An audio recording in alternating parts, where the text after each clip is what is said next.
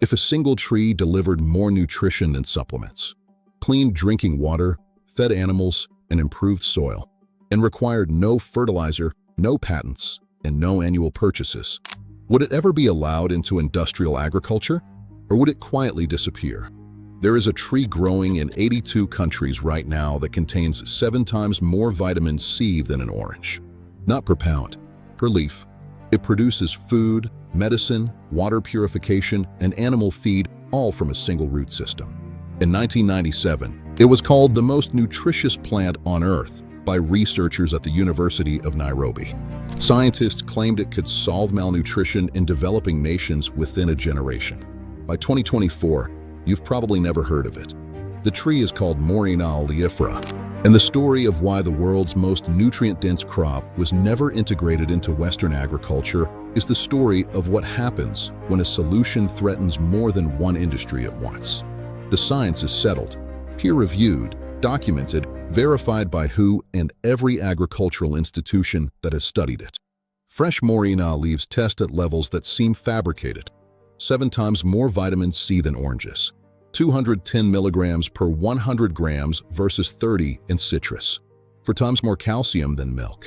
440 milligrams per 100 grams versus 110 in dairy. 3 times more potassium than bananas. 337 milligrams versus 115. More complete protein than soybeans. All 9 essential amino acids in a single leaf. More iron than spinach. More beta-carotene than carrots. More than double the bioavailable magnesium of any leafy green.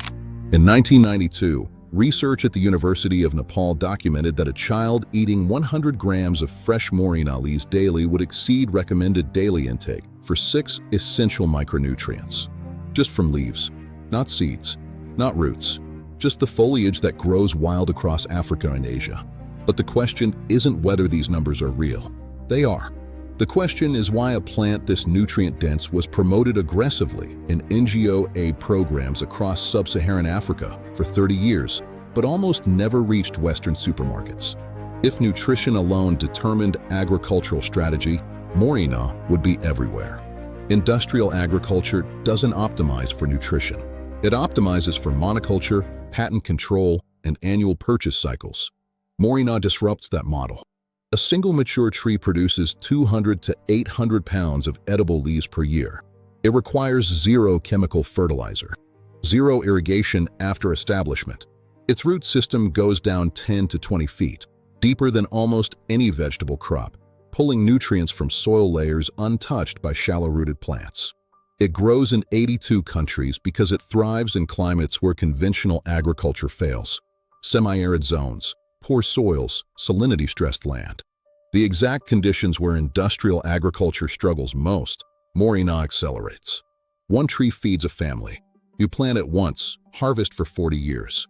This is perennial abundance from a single investment.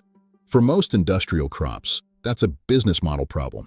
In 2001, researchers at Wageningen University in the Netherlands made a discovery that should have transformed water purification globally. They isolated proteins in Moringa seeds that clarify dirty water through a mechanism unlike any chemical on the market. The seeds contain compounds called flocculating proteins. When you crush them and add them to turbid water, the proteins bind to bacteria, sediments, and pathogens, pulling them out of suspension. The water clarifies in hours, naturally, without chemical residue. This wasn't new technology. It was ancient technology documented for centuries across North Africa and the Middle East. Traditional water purification in communities where Moringa grows had always used crushed Moringa seeds. The science just confirmed why it worked. By 2005, the WHO had written guidelines for using Moringa seeds in emergency water purification. It's in their literature. It works, and it is virtually free. Crushed Moringa seeds cost pennies to produce. A single pound treats thousands of gallons of water. The seeds grow on the tree itself. You don't buy them. You harvest them. The global water treatment chemical market is worth $45 billion annually. Flocculants like aluminum sulfate, ferric chloride, and synthetic polymers are the industrial standard. They work, but they require ongoing purchase. They require trained technicians. They require supply chains. And they are patentable, sellable, replaceable with newer versions every decade. A free, plant-based solution that people can produce themselves is not a solution that gets integrated into water infrastructure. In 2008, the Gates Foundation funded a Moringa-based water treatment pilot in Malawi. Results were documented. The method worked. The project was never scaled. Instead, the foundation continued funding conventional water infrastructure, the kind that creates ongoing dependency. This is not conspiracy. It's simpler. When you build water infrastructure worth millions, you build it around systems that require ongoing maintenance contracts, spare parts, and trained staff. You don't build it around a tree that grows for free. The Moringa seeds still purify water in dozens of rural communities across West Africa and Asia, but it remains underground knowledge, documented by anthropologists and development workers, not by water utilities or municipal governments. If water purification were the goal, Moringa seeds would be integrated into disaster relief kits and emergency protocols globally. They aren't, and the absence of integration tells you exactly why. Here is what is genuinely strange about Moringa's history. It was never suppressed in the developing world. It was actively promoted there. Starting in the 1980s, NGOs across Africa and Asia began cultivating Moringa at massive scale. The organization Trees for Life shipped seeds to 14 African nations. ICRAF, the World Agroforestry Center, created entire breeding programs around it. The Senegal government integrated it into school lunch programs. Zambia, Zimbabwe, and Malawi promoted it in their agricultural extension curricula. By the year 2000, Moringa was being hailed as the solution to child malnutrition in East Africa. Research centers studied it. Universities in Kenya, Uganda, and Zambia published papers on it. It worked. Nutritional surveys showed measurable improvements in communities where it was adopted. The tree did exactly what the science said it would do. But in the same decades, as Moringa was being promoted in Africa and Asia, it remained almost invisible in North America and Europe. Not banned, not illegal, simply absent from agricultural policy, subsidy structures, and grocery supply chains. Because it reveals something crucial, Moringa wasn't suppressed because people didn't know about it. It was deprioritized because it didn't fit into the profit structures of industrial agriculture. An NGO-funded program in Zambia can introduce a tree, measure outcomes, and declare success. That program ends. Funding is redirected. The tree survives. Moringa is nearly impossible to kill, but institutional investment moves elsewhere. A crop integrated into Western agriculture means subsidy structures, seed patents, fertilizer inputs, and storage infrastructure. It means competing against established agricultural industries. A solution that requires none of those things doesn't get integrated. It gets left behind. The NGO community essentially validated Moringa as a solution to malnutrition. But the validation was conditional. It was good enough for aid work, for emergency programs, for communities without capital infrastructure. It was never positioned as good enough for the agricultural mainstream. This is how a plant can be simultaneously praised by scientists and deprioritized by institutions. Not through active suppression, through selective institutional adoption. Here is what is genuinely strange about Moringa's history. It was never suppressed in the developing world. It was actively promoted there. Starting in the 1980s, NGOs across Africa and Asia began cultivating Moringa at massive scale. The organization Trees for Life shipped seeds to 14 African nations. ICRAF, the World Agroforestry Center, created entire breeding programs around it. The Senegal government integrated it into school lunch programs.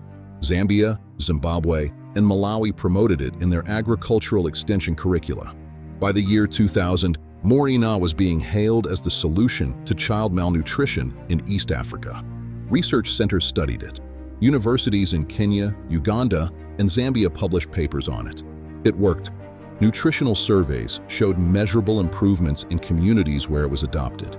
The tree did exactly what the science said it would do. But in the same decades, as Moringa was being promoted in Africa and Asia, it remained almost invisible in North America and Europe. Not banned, not illegal, simply absent from agricultural policy, subsidy structures, and grocery supply chains. Because it reveals something crucial, Moringa wasn't suppressed because people didn't know about it. It was deprioritized because it didn't fit into the profit structures of industrial agriculture. An NGO-funded program in Zambia can introduce a tree, measure outcomes, and declare success. That program ends. Funding is redirected. The tree survives. Moringa is nearly impossible to kill, but institutional investment moves elsewhere. A crop integrated into Western agriculture means subsidy structures, seed patents, fertilizer inputs, and storage infrastructure. It means competing against established agricultural industries. A solution that requires none of those things doesn't get integrated. It gets left behind. The NGO community essentially validated Moringa as a solution to malnutrition. But the validation was conditional. It was good enough for aid work, for emergency programs, for communities without capital infrastructure. It was never positioned as good enough for the agricultural mainstream. This is how a plant can be simultaneously praised by scientists and deprioritized by institutions.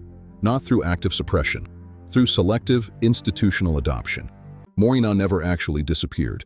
It just never arrived in the Western mainstream. In India, it has been continuously cultivated for thousands of years as drumstick. The leaves are in curries. The pods are in every market. In West Africa, it's called zogale in Hausa, kinda in Yoruba. The trees line village paths. The leaves are in soups. In the Philippines, it's malunggay. It's in scrambled eggs, in soups, in children's meals. Every community that has Moringa uses it the way we use spinach. Across the Middle East and Mediterranean, it appears in salads and couscous dishes as shajara al-yasser, the tree that grants wishes. Half the world never forgot. The other half was never taught. In the United States, Moringa exists mostly in ethnic markets and online supplement companies. People take Moringa powder for energy, add it to smoothies, buy it for $15 to $30 a container. The same nutrients available wild in communities where the tree grows are sold as imported superfoods.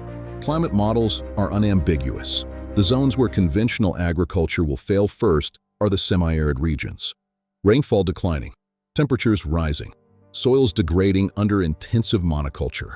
These are precisely the conditions where Moringa thrives. Corn needs 20 to 30 inches of annual rainfall. Moringa completes its life cycle on 6 inches. Soybeans shut down photosynthesis above 95 degrees Fahrenheit. Moringa accelerates. The plant is not theoretical. It's not a future technology. It's here. It grows.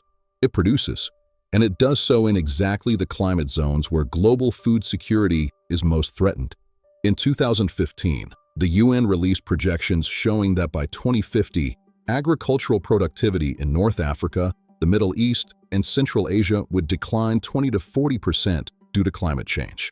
In the same document, they did not mention Moringa. In 2020, the Gates Foundation published a 400-page report on climate-resilient crops. Moringa appears once, in passing, as an example of a plant promoted by NGOs. Not as a strategic solution, as a footnote. This is not because Moringa doesn't work. It's because acknowledging Moringa as a strategic crop means acknowledging that the agricultural system was wrong about what matters. Most crops that enter industrial agriculture are chosen because they create ongoing dependency. You plant them. They fail without inputs. You return annually to buy seeds, fertilizer, pesticides, fungicides. Moringa does the opposite. It grows fast. A sapling produces harvestable leaves in 6 to 8 months. A mature tree produces for 40 years. It requires no fertilizer input.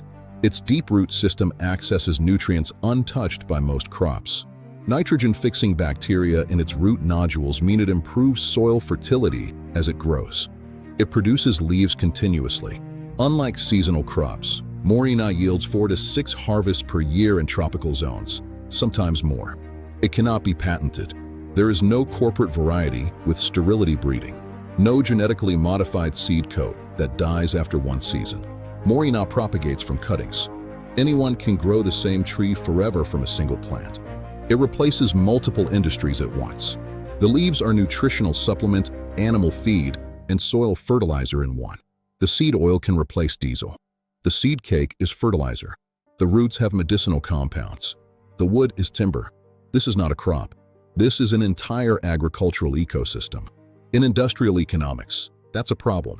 Consider what happens if Moringa was integrated into Western agriculture at the scale of, say, soybeans. Farmers plant trees once. They produce for 40 years. Fertilizer companies lose the annual sales. Seed companies lose control. Moringa propagates by cutting. Supplement companies lose the market for extracted nutrients. People get them fresh from the tree. Feed companies lose the market for animal supplements. One crop would reduce purchases in 5 different industries. No single corporation would lose everything, but each would lose something. And agriculture is structured so that no crop gets mainstream adoption without buy-in from the industries it displaces. Soybeans worked because they created new dependencies. Monoculture farming, herbicide compatibility, annual seed purchases, fertilizer requirements. Moringa works because it creates independence. This isn't a conspiracy where executives sit in rooms deciding to suppress Moringa. It's simpler. The existing infrastructure was never built to accommodate a crop that doesn't fit the dependency model. So it wasn't built. And without the infrastructure, distribution networks, processing facilities, subsidy structures, Moringa remained marginal. A plant that solves the problem isn't a plant that disrupts the solution industry. It's a plant that stays in the NGO circuit, the permaculture garden, and the subsistence farming zones where it was already known. Yield per acre, not yield per dollar. Nutrient density, not caloric density. Permanence, not dependency. Climate change will continue. Soils will degrade. Water will become scarcer. At some point, communities will be forced to grow what works rather than what the system prefers. When that happens, they will rediscover what was always there. The tree that survived 4,000 years of history. That thrives in drought and heat. That requires no inputs and produces everything. They will call it lost wisdom. It was never lost. It was just never let in. If you live in a zone where Moringa grows, plant it. A single seed, a single cutting. In 2 years, you have a tree producing more nutrition than you can consume. Share seeds with neighbors. Unlike patented crops, Moringa doesn't belong to anyone. It belongs to everyone who grows it. Learn to identify it. Harvest the leaves young, the first 8 weeks, when nutrient density is highest. Dry them for winter. Make tea. Add them to soups. If you live in a temperate zone, grow Moringa in a container. Bring it inside in winter. In the growing season, it produces enough leaves for daily use. Tell someone. Every person who learns that the most nutrient-dense plant on Earth might already be growing near them is one more person who understands that the solutions we need might already exist. We're just taught not to see them. The herbicide industry doesn't want you growing Moringa on your lawn because it isn't a monoculture. The fertilizer industry doesn't want you using Moringa as a soil amendment because you'd never buy their product again. The supplement industry doesn't want you knowing that 7x the vitamin C of an orange grows on a tree, not in a bottle. But the tree doesn't care what they want. It grows anyway. The question is not whether Moringa works. It's always worked. The question is whether you'll use it. This is Soil Sun. If this vault opens something for you, subscribe and hit the bell. Every share helps distribute what they tried to keep distributed. The next investigation opens soon. The tree is already in your neighborhood. Look for it.